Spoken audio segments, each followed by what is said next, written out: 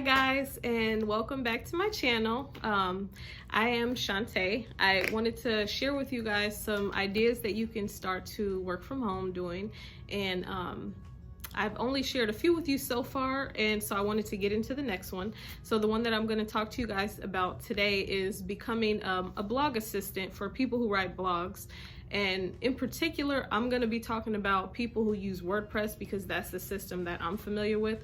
But if you're comfortable with other systems that people use for that, then you can go for that as well. So we'll go ahead and get into it. I'll talk to you guys about some services you can offer, as well as, you know, getting into pricing it, looking for your clients, and then what you can do to get set up pretty quickly. All right, so we'll get into it.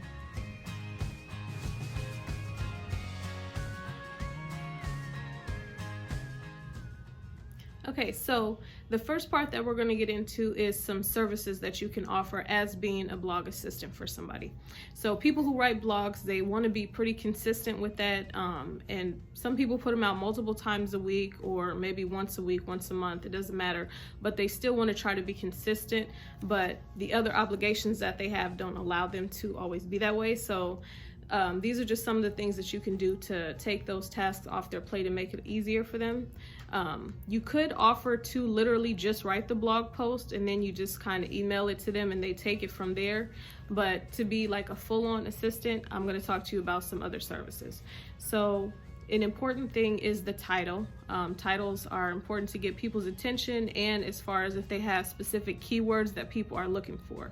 So they might want you to do some research on good titles, also topics in general that they can use for their blog. So I would search for working for people with topics of interest or something that you have some knowledge in, because you're going to spend a lot of time with that content. Also looking up specific searchable keywords, so SEO, some words that you can sprinkle throughout the actual post that will help it to come up in searches over time. Write the actual blog post. So some people have standard word amounts like 500 words, 700, 800, 1,000, so whatever it is. So you just kind of have to figure out either what you want to offer or whatever people are asking you for, you can price based on that. Create the graphics for the blog post to make sure that there are some pictures in there. And there are also several sites online where you can get royalty-free photos that you can use. So you can go there and look for those. If you want to add anything to them, you can use software like Canva and maybe, you know, add some stuff to it, or change the size if you need to fit the blog post. Also formatting it. One thing to remember with blog posts is that you need to make it reader friendly. People have short attention spans, and reading things online, if you have these big blocks and these big chunks of words, it looks a little intimidating and, you know, too time consuming. So make sure that, you know, you're breaking those sentences up, and just making sure you have a lot of white space. You're gonna have to know something about writing the blog post, but that's something that you would do is also format the post. If they already wrote the post though, and one of the services you want to offer is editing, you can do that as well. So if somebody else is writing the post because they know everything they want to go in there, but then they want you to, you know, catch any grammatical errors and then format it on the page, then that's something you can offer as well as editing. Another thing, I'm looking at my notes so I don't forget anything, is to create a graphic for social media that goes along with the post, okay? So one place that's typical for people to share their blogs is on Pinterest. So you may want to go into, like I said, Canva. I use Canva, so that's what I'll be talking about. You can go in there, they have templates already. So you would just click the option for Pinterest, and then you can go in there and create your graphic based on like the color scheme and the branding and everything of whoever you're writing the post for, and make sure that the picture is relevant to the overall blog post. And that way you can provide this to your client so that they can share the post on Pinterest and get some traffic back to their website. And you can also create formatted sizes for like LinkedIn, Facebook, Instagram, wherever they want to share it. So you create those social media graphics for them, and then like a little blurb that kind of just says what the post is about so that they don't have to do anything. You just send them the graphic and the little blurb and they can just kind of share it. And another thing you could offer to do if you have their credentials for social media is share the post for them. So if they give you access, you could schedule it to go out whenever they wanted to. And also scheduling in general on WordPress. I know you can schedule what day and time you want the post to go out, so that's something you could do for them as well. So for now, those are the general things that you can do to help somebody to be their blog assistant.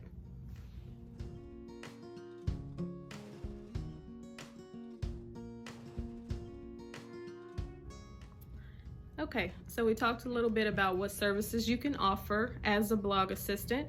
So now we're going to talk about how you may be able to find some of these people that you want to work with. So one thing I mentioned in the last video was that people, one of the top places that people share their blogs is on Pinterest. So you could start there. Pinterest is a really good platform because it's a search engine, just like Google. You go in there and you type in what you're looking for, or just like YouTube, you go type what you're looking for.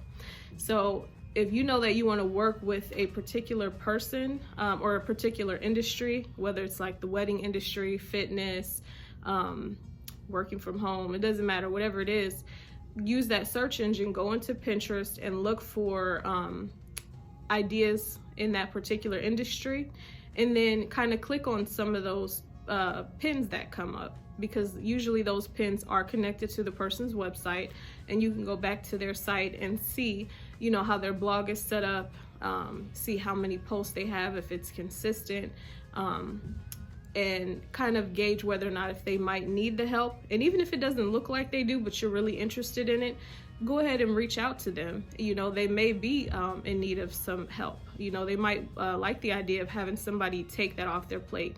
And just like I said before, even if you're not writing the post, because they do that, you could offer to do editing for them and formatting and then sharing it on social media so that they don't have to do all of the steps. And then you would, again, just price that accordingly.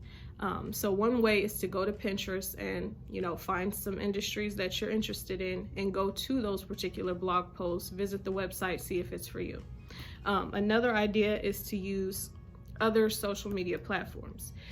There are people who have blogging groups on like Facebook and even LinkedIn now, because LinkedIn has groups. So I know they have a lot of virtual assistant groups and things like that, but yeah, I would definitely the Facebook groups, I would try that. And just kind of go in there. Don't just like sell yourself, kind of be an asset to the group. See what people are asking and try to, you know, give good answers so that you can sound knowledgeable, you know what you're talking about. And then if there's ever a day to post what you might have to offer, then go ahead and offer your services. Or if somebody is asking, because in those groups, a lot of times people who need help, they will ask for it. So you can always, you know, be there to respond and just reach out to those people who might need the help. And another thing to do is when you set yourself up, your own business, make sure you optimize your own profile. So if you're on LinkedIn or Facebook or Instagram, make sure your title reflects what you do. You know, say I'm a blog assistant for, you know, wedding industry or whatever. Make sure it's specific to whatever industry you want to work with. That way when people do land on your page and they see that, if it's something that they need, they'll reach out to you. And make sure that the posts that you're creating on your social media are reflective of what you do and the asset, like what you have to offer. So talk to them about the importance of blog marketing and how to do it the right way. Talk to them about the keywords and tools they can use. Talk to them about creating good titles and some software they could use for that. You know, talk about the benefits and the benefits for their specific industry. Make it completely tailored to them so that when they see that and they're like, okay, this is my industry, I could use this help. This person sounds like they know what they're talking about. And again, they'll reach out to you. So these are just some ways that you could potentially find people that you can work with.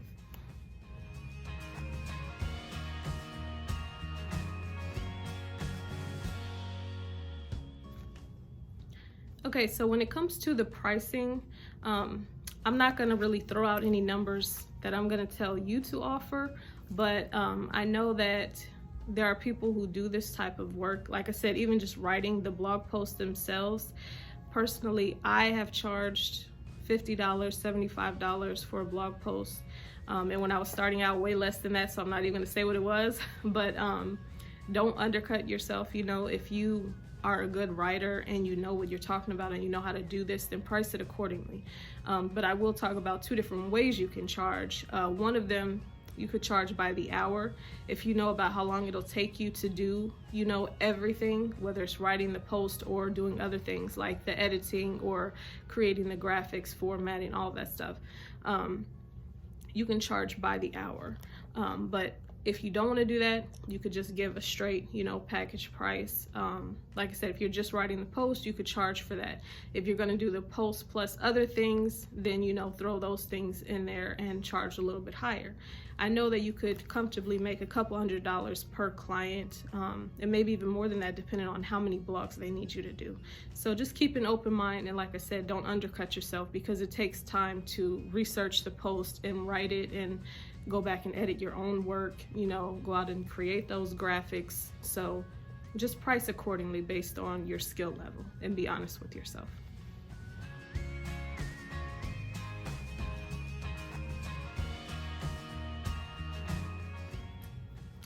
So this next area that I wanted to talk to you guys about is kind of the steps that you can take for you to go ahead and get started.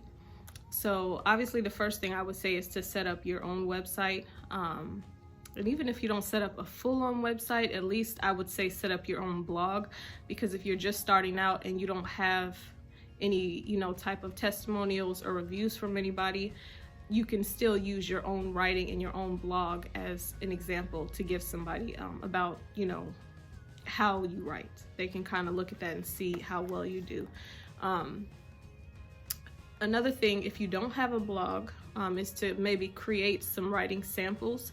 So again, whatever industry you want to write in, just go ahead and create your own samples and just have them on hand, you know, save them to your computer. And then if you end up connecting with somebody who needs the service and they ask to see how you write, then just go ahead and send them those. Another thing, if you do want to get reviews or testimonials and you haven't done any paid work yet, is to, like I said before, go into those groups like on Facebook and just kind of put it out there. This is what I do. I'm just now getting started, so I'm just wondering if anybody would be interested in allowing me to write for their blog in exchange for a review. So that's, I wouldn't say that that would be against the rules, because you're not really soliciting somebody to pay you for something. You're just asking for help to get started. So just make it a requirement that you will do this post for free. And it could be, you know, the whole, everything that we talked about, the graphics and all that, full circle. And then just say you will do that, you know, one for free in exchange for a review. And then you decide how many people you want to do it for. If you have a Facebook page, when they're done, you can ask them to leave a review right on your business Facebook page. And if not, you could ask them to email it to you so that you can set it up to where it's on your website. If you use WordPress.com and you have a plugin where people can leave reviews, you can direct them to that as well. But if not, like I said, just have them email it to you and giving you permission to use it, and then you post it on your site. Also, make sure you have a contact page there, obviously, so that people can get in touch with you. And if you do create a blog, and again, I'm talking about WordPress because that's the only one I know about, people will probably comment on that. And if not, you can go and find people to connect with that are other bloggers. And if people are commenting on your posts and liking it, then go back and look at theirs and comment, you know, start to communicate with people. And over time, you know, develop a relationship, let them know what you do, because even if they don't need your help, they might know other bloggers or somebody else who does. So stay active on that if you do create your blog. And if not, stay active on your social media. So like we talked about before, make sure that you're posting content around your industry that you want to do the blog post for, and, you know, setting yourself up to be an authority in that industry. Because again, even if the people who see you don't need your help, they might know of other people who do. And if they see you enough, they'll remember you for what you're known for, and they'll be able to recommend people to you over time. So those are just some ideas about getting started. And even if you don't have a website or you don't have the means to set that up right now, don't let that be a barrier for you. Go set up like a free Facebook business page and just start from there. Put in the description what you do. You can put in what services you offer. your hours, your information, all of that. And you can connect with people, through DMs. You don't have to have a website to get started. And like I said, people can leave reviews right there on your page. So you never have to have a website if you don't want to, but eventually if you want somewhere online for people to be able to find you, you can work up to that. So that's pretty much the gist of, you being able to get started pretty quickly.